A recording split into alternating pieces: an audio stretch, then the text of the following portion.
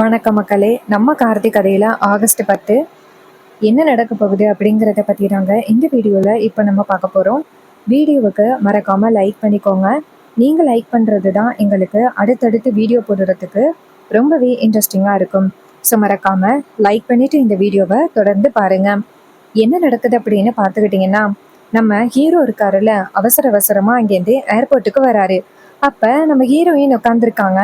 ஈஸ்வரியும் நம்ம சந்திராவும் போயிட்டு ரேவதி கிட்ட, இங்கே பாரு, என்ன இப்படி உட்காந்துருக்க, உனக்கான பிளேன் வந்துட்டு அங்கே ரெடி ஆயிட்டு, கிளம்புடி அப்படின்னு சொல்ல ரேவதி அங்கே இங்கேயே சுற்றி பார்க்குறாங்க.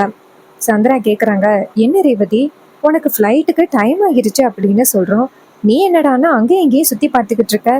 இங்கே பாரு, இப்போ சுற்றி பார்க்குறதுக்கெல்லாம் கொஞ்சம் கூட டைம் இல்லை, போயிட்டு ஃப்ளைட்டில் ஏறு போ, உன் பேரை கூப்பிட்றாங்க பாரு அப்படின்னு ரேவதி சொல்கிறாங்க. இல்லை சித்தி, ஒரு 5 நிமிஷம் அப்படின்னு. அப்போ ஈஸ்வரி சொல்கிறாங்க, இங்கே பாருமா, நீ எப்படியா இருந்தாலும் போயிட்டு இன்னும் 3 நாளையில திரும்பி வரத்தானே போற, அப்புறம் ஏன் நீ வந்துட்டு கவலைப்படுற, நீ போ அப்படின்னு சொன்னதும் ஹீரோயினும் சரிம்மா அப்படின்னு சொல்லிட்டு ரொம்பவே சோகமா அவங்களோட பேக் எல்லாத்தையுமே எடுத்துக்கிட்டு உள்ளார போறாங்க. அப்ப ரேவதி நினைக்கிறாங்க, எப்படியாவது மாமாவை பார்த்துட்டு போகலாம் அப்படின்னு பார்த்தோம், ஆனா மாமாவை பார்க்கவே முடியலையே அப்படின்னு ரேவதிக்கு பயங்கர கவலையா வந்துட்டு நேரா ஃப்ளைட்ல ஏறுறாங்க. அதே நேரத்துல சந்திராவும் ஈஸ்வரியும் இதை பார்த்துட்டு ரொம்ப சந்தோஷப்படுறாங்க. சந்திரா சொல்றாங்க, அக்கா, ஒரு வழியா எப்படியோ ரேவதியை ஏத்தி விட்டாச்சு. ரேவதி எப்படியும் வந்துட்டு திரும்பி வரத்துக்கு 6 மாசம் ஆகிரும். அந்த டிரைவர் பையலும் இனிமே தடுக்கிறதுக்கு வாய்ப்பே இல்லை. இந்த வாட்டி நம்மளோட பிளான்ல ஜெயிச்சிட்டோம்க்கா அப்படின்னு ஈஸ்வரி சொல்றாங்க. ஆமா சந்திரா, நம்ம ஜெயிச்சிட்டோம். எப்படியோ ரேவதி எப்படியும் திரும்பி வர முடியாது. கனடாவில் இருக்கிற என் ஃப்ரெண்டு ரேவதியோட அந்த பாஸ்போர்ட்டை கொடுக்காம எப்படியும் அவளை திரும்ப வரவிடாம தடுத்துறேன் அப்படின்னு சொல்லியிருக்கா. அது மட்டும் இல்லை, ரேவதியை அவள் பத்திரமா பார்த்துப்பா, எந்தவித பிரச்சனையும் இல்லை அப்படின்னு சொல்லிட்டு ஈஸ்வரி ரொம்ப சந்தோஷமா பேசிக்கிட்டு இருக்காங்க. சந்திரா சொல்றாங்க, அக்கா, எத்தனை நாள் கனவு அந்த டிரைவர் பையில பழி வாங்கணும் அப்படின்னு, இப்போ நமக்கு ஒரு நல்ல வாய்ப்பு வந்து அமைஞ்சிருச்சுக்கா. இனிமே அந்த டிரைவர் பையன் என்ன பண்ண போறான் அப்படிங்கிறத பார்த்தரலாம். அதுக்கு ஈஸ்வரி சொல்றாங்க, ஆமா சந்திரா, இனிமே அவனால ரேவதியோட மனசை மாத்தி கல்யாணம் பண்ண முடியுமா என்ன? ரேவதி வெளிநாடு போயிட்டா, அவ எங்க இருக்கா அப்படின்னு கூட தெரியாம இவன் தவிச்சு நிக்கட்டும் அப்படின்னு ரொம்பவே சந்தோஷமா ஈஸ்வரி பேசிட்டு நிக்கிறாங்க. சந்திரா சொல்றாங்க, அது மட்டும் இல்லக்கா, எப்படியும் உன் பொண்ணு 6 மாசத்துக்குள்ள இந்த டிரைவர் பையல மறந்துடுவா.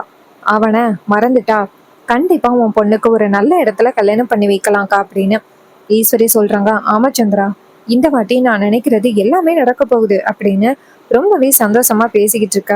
அப்போ அந்த இடத்துக்கு நம்ம ஹீரோ வராரு. ஹீரோ வந்துட்டு பாக்குறாரு, பார்த்தா ரேவதியை காணும். ஈஸ்வரியும் சந்திராவும் ஹீரோவை பாக்குறாங்க. ஈஸ்வரி சொல்றாங்க, பாத்தியா, ரேவதி வெளிநாடு போறது தெரிஞ்சு இவன் இங்க வந்திருக்கான், கண்டிப்பா வீட்டுல உள்ளவங்க தான் சொல்லியிருக்கணும். சந்திரா சொல்றாங்க, அக்கா, இவன் வந்து இப்ப என்னக்கா பிரயோஜனம், அதான் ரேவதி போயிட்டாலே, இவனால கண்டிப்பா ரேவதியை திரும்ப வரதை தடுக்க முடியுமா, திரும்ப வர வைக்க முடியுமா என்ன? அவ வெளிநாடு போயிட்டா, இதுக்கப்புறமும் அவளை வர வைக்க முடியவே முடியாது. டிரைவர் பைய தோத்துட்டான், வாக்கா அவன் கிட்ட பேசுவோம் அப்படின்னு 2 பேரும் இங்கேருந்து வராங்க. ஹீரோ நிக்க ஈஸ்வரி கேக்குறாங்க நேரா ஹீரோவை பார்த்து, என்னப்பா, எப்படியாவது உன் பொண்டாட்டியை காப்பாத்தலாம் அப்படின்னு வந்திருக்கியா அப்படின்னு. அப்ப ஹீரோ சொல்றாரு, இங்க பாருங்கத்த, ரேவதி எங்க அப்படின்னு. சந்திரா சொல்றாங்க, நீ கரெக்டா தவறான நேரத்துக்கு வந்துட்ட, அதுவும் ரேவதி போன பிறகு வந்துட்ட அப்படின்னு. ஹீரோ சொல்றாரு, இங்க பாருங்க, ரேவதி ரொம்ப பாவம், தயவு செஞ்சு ரேவதியை வந்துட்டு இப்படி ஏமாத்தி அனுப்பியிருக்கீங்களே, உங்களுக்கெல்லாம் மனசாட்சியே இல்லையா, ரேவதி எங்க அப்படின்னு. சந்திரா சொல்றாங்க, ரேவதி எப்போவோ போயிட்டான், அங்க பாரு அப்படின்னு சொல்ல அங்க ஃப்ளைட்டு போயிட்டு இருக்கு. அதை பார்த்ததும் ஹீரோ அதிர்ச்சி ஆகுறாரு. சந்திரா நேரா ஹீரோவை பார்த்து, இங்க பாரு, நீ தோத்துட்ட, இந்த வாட்டி நாங்க நினைச்சதான் நடக்க போகுது. அக்கா, இனிமே இவங்கிட்ட பேசி என்ன பிரயோஜனம், வாக்கா நம்ம வீட்டுக்கு போகலாம் ஜாலியா, ரேவதியை வெளிநாட்டுக்கு அனுப்புனதை நினைச்சு நம்ம கொண்டாடணும். அது மட்டும் இல்ல டிரைவர் பயலே, ரேவதி வெளிநாட்டுக்கு போயிட்டு இனிமே வருவாங்கிறப்பது கேள்விக்குறிதான். எப்படியும் அவளை 2-3 வருஷத்துக்கு அங்கேயே வச்சிருந்துதான் என் ஃப்ரெண்டு அனுப்புவா, உன்னால இனிமே ஒன்றும் பண்ண முடியாது அப்படின்னு. இதை கேட்டதும் ஹீரோ ஷாக் ஆகுறாரு. அப்ப ஈஸ்வரி சொல்றாங்க, டே டிரைவர் பயலே, என்னையவே ஏமாத்தினியல்ல நீ, ரேவதி கிட்ட பேச மாட்டேன்னு சொல்லிட்டு என்னையவே ஏமாத்தி ரேவதி கிட்ட பேசிட்டு இருந்தியல்ல, உனக்கு இதுவும் வேணும் இன்னமும் வேணும்டா அப்படின்னு சொல்லிட்டு ஈஸ்வரி அந்த இடத்துல இருந்து கிளம்புறாங்க. நேரா சந்திராவை கூட்டிக்கிட்டு, இதை பார்த்துட்டு நம்ம ஹீரோ ரொம்பவே அதிர்ச்சி ஆகுறாரு. அப்ப ஹீரோ என்ன பண்றாருன்னா ரொம்ப சோகமா வந்துட்டு சேர்ல உட்கார்றாரு. அப்ப ஹீரோ நினைக்கிறாரு, ரேவதி எப்படியாவது போக விடாம தடுக்கணும், எப்படியாவது ரேவதியை மறுபடியும் இங்க வந்துட்டு கொண்டுட்டு வரணுமே அப்படின்னு ஹீரோ யோசிக்கும் பொழுதுதான் அவருக்கு ஒரு சூப்பரான ஒரு பிளான் தோணுது. அப்ப ஹீரோ என்ன பண்றாருன்னா நேரா வந்துட்டு அவங்க மயிலுக்கு ஃபோன் பண்றாங்க.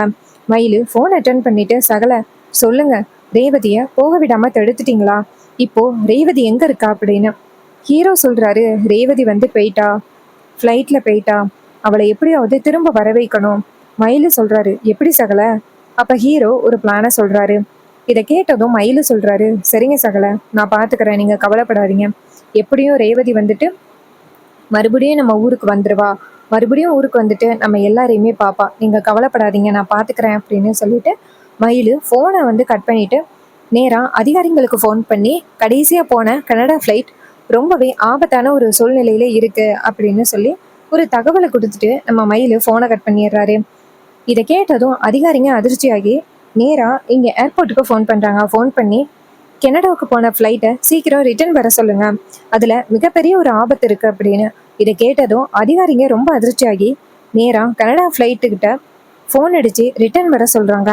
அவங்களும் இது ஒரு பெரிய ஆபத்தான சூழ்நிலை அப்படின்னு நேரா அங்க உள்ள பயணிகளுக்கு சொல்றாங்க. இது மாதிரி ஒரு எமர்ஜென்சிக்காக இந்த ஃப்ளைட்டை நாங்க மறுபடியும் மதுரையிலேயே தரையிறக்க போறோம் அப்படின்னு சொன்னதும் அங்க உள்ள பயணிகள் எல்லாருமே அதிர்ச்சி ஆகுறாங்க. ரேவதிக்கும் ரொம்ப ஷாக்கிங்கா இருக்கு. அதுக்கப்புறம் வந்துட்டு ஃப்ளைட்டு வந்து இறக்குறாங்க. ஹீரோ வந்துட்டு இதை பார்க்குறாரு. பார்த்துட்டு ரொம்பவே சந்தோஷப்படுறாரு.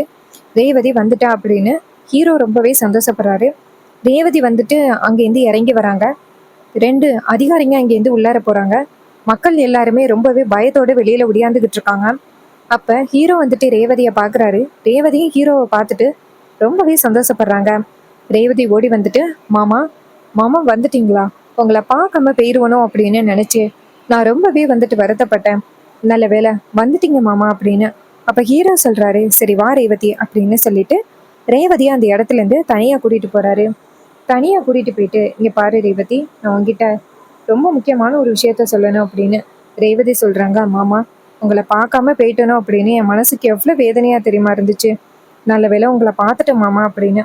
ஹீரோ சொல்றாரு, ரேவதி, அது மட்டும் இல்ல, உங்ககிட்ட முக்கியமான ஒரு விஷயத்த சொல்லணும். ரேவதி சொல்றாங்க, சொல்லுங்க மாமா. அப்ப ஹீரோ சொல்றாரு, ரேவதி, நீ கனடா போனியல்ல, நீ திரும்ப வரவிடாம தடுக்கிறது தான் அத்தியோட திட்டமே. இதை கேட்டதும் ரேவதி ஷாக் ஆகுறாங்க. என்னமாம்மா சொல்றீங்க? அப்ப ஹீரோ சொல்றாரு, ரேவதி, நீ போகக்கூடாது. இது மாதிரி அத்தை வந்து கேட்டா போக முடியாதுன்னு சொல்லிடு. ஏன்னா நீயும் நானும் பேசுறது அத்தைக்கு தெரிஞ்சு போச்சு. இதை கேட்டதும் ரேவதி அதிர்ச்சி ஆகுறாங்க. மாமா, அப்படியா? அப்ப ஹீரோ சொல்றாரு, சரி வா, உங்ககிட்ட இந்த இடத்துல நின்று பேசுறது பாதுகாப்பு இல்லை. எப்படியும் ரிட்டர்ன் வந்த ஃப்ளைட்டு மறுபடியும் இன்னைக்கு கிளம்பாது, நாளைக்கு தான் போகும். இந்த விஷயம் அத்தைக்கு தெரிஞ்சு போயிடும், அதனால நம்ம இந்த இடத்துல இருக்க வேணாம் அப்படின்னு சொல்லிட்டு அந்த இடத்துல இருந்து நம்ம ஹீரோ ரேவதியை கூட்டிக்கிட்டு கிளம்புறாரு. இன்னொரு பக்கம் அந்த சந்திராவுக்கும் அந்த ஈஸ்வரிக்கும் இந்த விஷயம் தெரியல, ஃப்ளைட்டு ரிட்டர்ன் வந்துருச்சு அப்படின்னு. அவங்க 2 பேரும் செம்ம ஹாப்பியா வீட்டுக்கு போறாங்க. அப்போ ராஜா நேரம் ஈஸ்வரியை பார்த்துட்டு, ஈஸ்வரி, உன் பொண்ணை வந்துட்டு வெளிநாட்டுக்கு அனுப்பிட்டியா? ஈஸ்வரி சொல்றாங்க, ஆமாங்க, அவளை வெளிநாட்டுக்கு அனுப்பிட்டேன். இனிமே அவ 6 மாசத்துக்கு அப்புறம் தான் ஊருக்கு வருவா. இதை கேட்டதும் ராஜா அதிர்ச்சி ஆகுறாரு. என்ன ஈஸ்வரி சொல்ற? நம்ம பொண்ணு 6 மாசத்துக்கு அப்புறம் தான் வருவாளா? எதுக்காக 6 மாசத்துக்கு அப்புறம் வருவான்னு சொல்ற? என்னாச்சு அப்படின்னு. அதுக்கு நம்ம பொண்ணு 3 நாள்ல போயிட்டு வந்துருவா அப்படின்னு சொன்ன, இப்ப என்ன 6 மாசத்துக்கு அப்புறம் தான் வருவான்னு சொன்ன? என்னடி நினைச்சுக்கிட்டு நீ பாட்டுக்கு பேசுற அப்படின்னா. அதுக்கு ஈஸ்வரி சொல்றாங்க, ஆமாங்க, நீங்க எல்லாரும் என்கிட்ட எவ்வளவு பெரிய பொய் சொன்னீங்க. அந்த டிரைவர் பைய ரேவதி கிட்ட பேசல அப்படின்னு சொல்லி எவ்வளவு பெரிய பொய் சொன்னீங்க. இப்போ அந்த ரேவதி வந்து அந்த டிரைவர் பைக்கிட்ட பேசிக்கிட்டு தான் இருந்திருக்கா. எனக்கு எப்படியோ உண்மை தெரிஞ்சிருச்சு. உண்மை தெரிஞ்சதுனாலதான் நான் என் பொண்ணை வெளிநாடுக்கு அனுப்பிட்டேன். அங்க எல்லாம் எந்தவித கல்யாணமும் இல்லை. என் பொண்ணு வெளிநாட்டுக்கு போனவ அவ திரும்பி வரப்போறது இல்லை. டிரைவர் பையன்கிட்ட பேசக்கூடாது அப்படிங்கிறதுக்காக தான் என் பொண்ணா போய் சொல்லி நான் வெளிநாடுக்கு அனுப்பினேன் அப்படின்னு. இதை கேட்டதும் ராஜா அதிர்ச்சி ஆகுறாரு. ஈஸ்வரி, இந்த விஷயத்த பத்தி நம்ம பொண்ணுக்கு தெரியுமா இல்லையா அப்படின்னு. அதுக்கு ஈஸ்வரி சொல்றாங்க, அதெல்லாம் தெரியாது. இதை கேட்டதும் ரொம்பவே அதிர்ச்சி ஆகுறாங்க அவரு. என்ன ஈஸ்வரி சொல்ற? அதுக்கு ஈஸ்வரி சொல்றாங்க, ஆமா, அவளுக்கு தெரியாம தான் அனுப்புனேன். ஒருவேளை அவளுக்கு தெரிஞ்சிருந்துச்சுன்னா அவ வெளிநாடு போறதுக்கு ஒத்துக்கிட்டு இருந்திருப்பாளா? இன்னொரு என்கிட்ட முரண்டு பிடிச்சிக்கிட்டு இருந்திருப்பா. அதான் அவகிட்ட உண்மையை சொல்லாம வெளிநாடு அனுப்பிட்டேன் அப்படின்னு. இதை கேட்டதும் அவரு ஷாக் ஆகுறாரு. ஈஸ்வரி, நீ கொஞ்சம் கூட மனசாட்சியே இல்லாம இப்படி பண்ணிக்கிட்டு இருக்க. நான் என் பொண்ணை எப்படியும் இங்க ஊருக்கு கொண்டுட்டு வந்துருவேன் அப்படின்னு. அதுக்கு ஈஸ்வரி சொல்றாங்க, அவளை நீங்க நினைச்சாலும் இங்க கொண்டுட்டு வர முடியாது. என் ஃப்ரெண்டு கிட்ட எல்லா தகவலையும் சொல்லிட்டேன். அவ ரேவதி ஊருக்கு போனதோட அவளோட பாஸ்போர்ட்டை தூக்கி எறிஞ்சிருவா. மறுபடியும் அந்த பாஸ்போர்ட் ரெடியாகி வரத்துக்கு 6 மாசத்துக்கு மேல ஆகிரும். எப்படியும் அந்த பாஸ்போர்ட் திரும்பி வரத்துக்கு வாய்ப்பே கிடையாது. ரேவதியும் வரத்துக்கு 1 வருஷத்துக்கு மேல ஆயிரும். அதுக்குள்ளேயும் இந்த டிரைவர் பயலால என்ன பண்ண முடியுமோ பண்ண முடிஞ்சுக்கிட்டோம் அப்படின்னு. அப்ப ராஜா சொல்றாரு, ஈஸ்வரி, நீ மாப்பிள்ளைய வந்துட்டு சாதாரணமா எடை போட்டுக்கிட்டு இருக்க. அவரு கண்டிப்பா ரேவதிய மறுபடியும் ஊருக்கு கூட்டிட்டு வந்துருவாரு. அது எல்லாமே சீக்கிரம் நடக்கும் பாரு அப்படின்னு. அதுக்கு ஈஸ்வரி சொல்றாங்க, அதெல்லாம் நடக்கிறதுக்கு வாய்ப்பே கிடையாது. என் பொண்ணு வெளிநாடு போயிட்டா அப்படின்னு சொல்லிட்டு ஈஸ்வரி அந்த இடத்துல இருந்து போறாங்க. சந்திரா நேரா ராஜாவை பார்த்து, என்ன அந்த டிரைவர் பைய கூட சேர்ந்துக்கிட்டு என்னெல்லாம் நாடகம் போட்டீங்க, இப்போ நீங்க செமையா தோத்து போயிட்டீங்க அப்படின்னு சொல்லிட்டு அவரு சந்திரா வந்துட்டு அவரை ரொம்ப கிண்டலா பேசிட்டு அந்த இடத்துல இருந்து கிளம்புறாங்க. இதை கேட்டுட்டு ராஜா ரொம்பவே அதிர்ச்சி ஆகுறாரு. அப்போ மயிலு சொல்றாரு, மாமா நீங்க கவலைப்படாதீங்க, சகல சூப்பர் பிளான் பண்ணியிருக்காரு. ரேவதி எப்படியும் இன்னும் கொஞ்ச நேரத்துல வீட்டுக்கு வந்துருவா. ரேவதி வீட்டுக்கு வந்ததை பார்த்துட்டு அத்தையும் சித்தி சின்னத்தையும் கண்டிப்பா வந்துட்டு செம ஷாக் ஆக போறாங்க. அது எல்லாத்தையுமே நீங்க இன்னும் கொஞ்ச நேரத்துல பாப்பீங்க. நீங்க கவலைப்படாதீங்க மாமா அப்படின்னு. இதை கேட்டதும் அவரு சொல்றாரு, அப்படியா மாப்பிள்ள, பெரிய சின்ன மாப்பிள்ளைக்கு எல்லாம் தெரிஞ்சிருச்சுல்ல, அவருக்கு தெரிஞ்சிருச்சுன்னா போதும் அப்படின்ட்டு அவரும் நிம்மதியாகிறாரு. இன்னொரு பக்கம் நம்ம ஹீரோ என்ன பண்றாருன்னா, ரேவதியை கூட்டிக்கிட்டு ஒரு கோயிலுக்கு போறாரு. அங்க போனதும் ரேவதி கிட்ட, இங்க பாரு ரேவதி, அத்தை வந்துட்டு உன்னையும் என்னையும் பிரிக்கிறதுக்காக தான் இப்படி ஒரு பிளான் பண்ணியிருக்காங்க. உன்னை வெளிநாடுக்கு அனுப்பிட்டு திரும்பி வரவிடாதபடி தடுக்கிறது தான் அத்தையோட பிளானே. ஏன்னா நீயும் நானும் அன்னைக்கு கோவில்ல பூஜை பண்ணது அத்தைக்கு தெரிஞ்சு போச்சு. அதனாலதான் அத்தை வந்துட்டு இப்படி ஒரு முடிவெடுத்தாங்க. இதை கேட்டதும் ரேவதி ஷாக் ஆகுறாங்க. மாமா, அவங்க இப்படி ஒரு பிளான் பண்ணுவாங்க அப்படின்னு நான் கொஞ்சம் கூட எதிர்பார்க்கவே இல்லை மாமா. அப்ப ஹீரோ சொல்றாரு, ரேவதி நீ கவலைப்படாத, அதான் நான் இருக்கேன்னு, கண்டிப்பா எந்த பிரச்சனையும் வராது அப்படின்னு. ரேவதி சொல்றாங்க, மாமா நம்ம எல்லாருமே ரொம்ப சந்தோஷமா இருக்கணும் அப்படின்னு நினைக்கிறோம். ஆனா ஏன் வந்துட்டு அம்மா மட்டும் இப்படி பழைய விஷயங்களை ஞாபகப்படுத்தி வச்சுக்கிட்டு நமக்கு அதிகமா வந்து தொந்தரவு கொடுத்துக்கிட்டே இருக்காங்க. நம்ம 2 பேருமே பிரியணும் அப்படின்னு அம்மா இப்படி பேசுறது கொஞ்சம் கூட நியாயமே இல்லை. எப்பதான் அம்மா திருந்துவாங்க அப்படின்னு ஹீரோ சொல்றாரு. அத்தை திருந்துறதுக்கு வாய்ப்பே இல்லை அப்படின்னு இந்த செயல் மூலமா நல்லாவே தெரிஞ்சு போச்சு. இது எல்லாத்துக்கும் யாரு காரணம் தெரியுமா? ஓ சித்தி சந்திரா தான். அவங்க அவங்க தான் அத்தை கிட்ட இந்த மாதிரி கண்டதையே சொல்லி அத்தையோட மனசையே மாத்தி உன்னையும் என்னையும் பிரிக்கணும் அப்படிங்கிறதுக்காக இப்படி ஒரு பிளான் பண்ணியிருக்காங்க. இல்லைன்னா அத்தை இப்படி பிளான் பண்ற ஆளே கிடையாது. இதை கேட்டதும் நம்ம ரேவதி சொல்றாங்க, ஆமா மாமா, இது எல்லாத்துக்கும் காரணமே அத்தை தான். அவங்க இப்படி ஒரு வேலையை பண்ணுவாங்க அப்படின்னு நானும் வந்து எதிர்பார்க்கவே இல்லை. சித்தி தான் இதெல்லாம் பண்ணிக்கிட்டு இருக்காங்க மாமா. சித்திக்கு ஒரு முடிவு கட்டணும் அப்படின்னு ரேவதி பயங்கர கோவத்தோட பேசுறாங்க. இதை கேட்டதும் நம்ம ஹீரோ சொல்றாரு, சரி ரேவதி, நீ வந்த விஷயம் எப்படியும் அத்தைக்கு இன்னும் கொஞ்ச நேரத்துல தெரிஞ்சிரும். நீ எப்படி ஃபேஸ் பண்ண போற? ரேவதி சொல்றாங்க, மாமா இது எப்படி ஃபேஸ் பண்றது அப்படின்னு எனக்கு நல்லாவே தெரியும். நீங்க கவலைப்படாதீங்க, நான் கண்டிப்பா சித்தியை சும்மா விட மாட்டேன் மாமா அப்படின்னு சொல்லிட்டு ரேவதி பயங்கர கோவத்தோட பேசுறாங்க. இதையெல்லாம் கேட்டுட்டு ஹீரோவும், சரி ரேவதி, உன்னை நான் வீட்டுல கொண்டாந்து விடவா? ரேவதி சொல்றாங்க, இல்ல மாமா, நானே வீட்டுக்கு போறேன். என்னை வந்துட்டு அம்மா பார்த்தாதான் ஷாக் ஆகுவாங்க. நான் போயிட்டு அம்மா கிட்ட எதுக்காக இப்படி பண்ணீங்க அப்படிங்கிறத கேட்குறேன். அப்போ அம்மா கண்டிப்பா என்கிட்ட பதில் சொல்லி தானே ஆகணும் அப்படின்னு சொல்லிட்டு ரேவதி பயங்கர கோவத்தோட பேசுறாங்க. அண்ட் இந்த கதை உங்களுக்கு பிடிச்சிருக்கா? இந்த கதை பிடிச்சிருந்துச்சுன்னா இந்த வீடியோவுக்கு மறக்காம லைக் பண்ணிக்கோங்க. நீங்க லைக் பண்றது தான் எங்களுக்கு அடுத்தடுத்து வீடியோ போடுறதுக்கு ரொம்பவே இன்ட்ரெஸ்டிங்கா இருக்கும். ஸோ உங்களுக்கு இதே மாதிரி உங்களோட யூடியூப் சேனலுக்கு வாய்ஸ் ஓவர் பண்ணி கொடுக்கணும் அப்படின்னா நம்மளோட இந்த இன்ஸ்டாகிராம் ஐடியா காண்டாக்ட் பண்ணுங்க. தேங்க்யூ ஃபார் வாட்சிங். See you on next video.